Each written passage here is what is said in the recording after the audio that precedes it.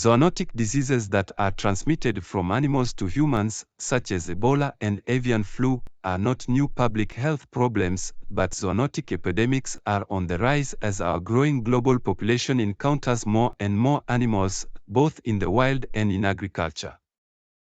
In the event of a zoonosis epidemic, people want to know how to protect themselves in the way that suits them best. At the same time, researchers need to know which human behaviors are responsible for the spread of disease. Finally, health officials need to know what steps the public can take to stop the outbreak and prevent an epidemic. This can be challenging because the human behaviors that determine the course of an epidemic depend on the pathogen, the animals that harbor them, the groups of people who encounter them, the local context, and the phase of the epidemic.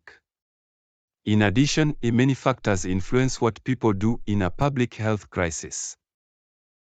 It's often easy to find clinical details about zoonotic diseases, but we also need behavioral data to understand what motivates or prevents people from adopting certain behaviors, and to identify actions that people deem feasible and effective. Otherwise, our risk communication and community engagement strategies are useless. So where can we get quick access to this kind of behavioral data? There's a new online toolkit called Zoonotic Behavioral Research Assessments, ZBRA, designed to help health officials and researchers like us collect behavioral data to respond to an epidemic. The website is onehealthbehaviors.org. Let's take a look together. Here's the home page, which explains the importance of behavioral data for global health security.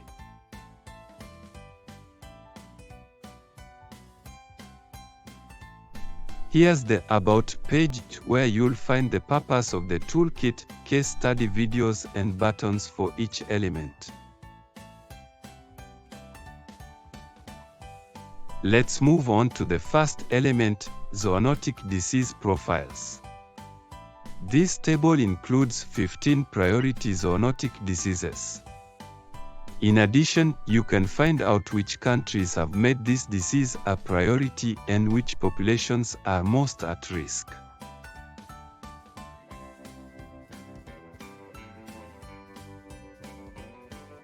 Next, we'll explore behavioral profiles.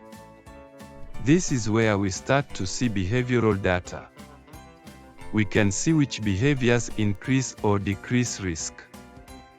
We can also see that certain behaviors are linked to several diseases. As we scroll down, we will find advice on choosing priority behaviors.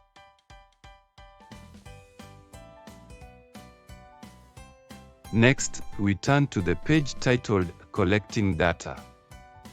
This page gives an overview of how to collect data on zoonotic diseases and allows you to design a customized questionnaire. For example, let's say I want to know how animal health providers, veterinarians, can help prevent the outbreak of a zoonotic disease. I apply these filters and get tested questions that I can add to my questionnaire.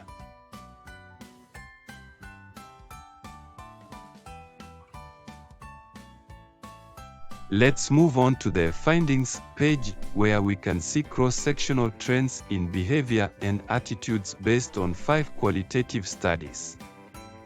As we scroll down the page, we see a table of additional behavioral studies.